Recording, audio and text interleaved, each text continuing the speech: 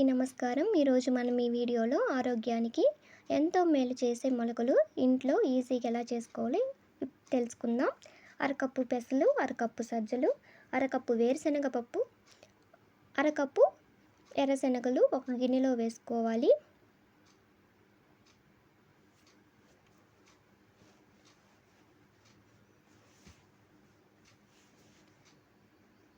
శుభ్రంగా కడిగి 12 గంటల పాటు మనం నానబెట్టుకోవాలి.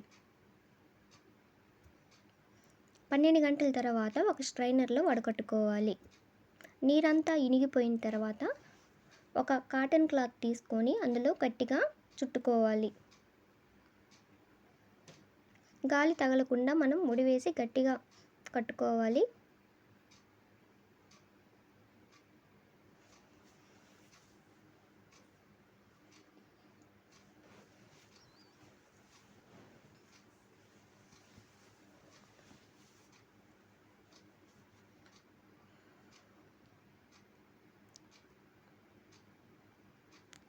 తర్వాత ఒక గిన్నెలో పెట్టుకొని మూత పెట్టుకొని 24 గంటల పాటు మనం కదిలించకుండా ఉండాలి.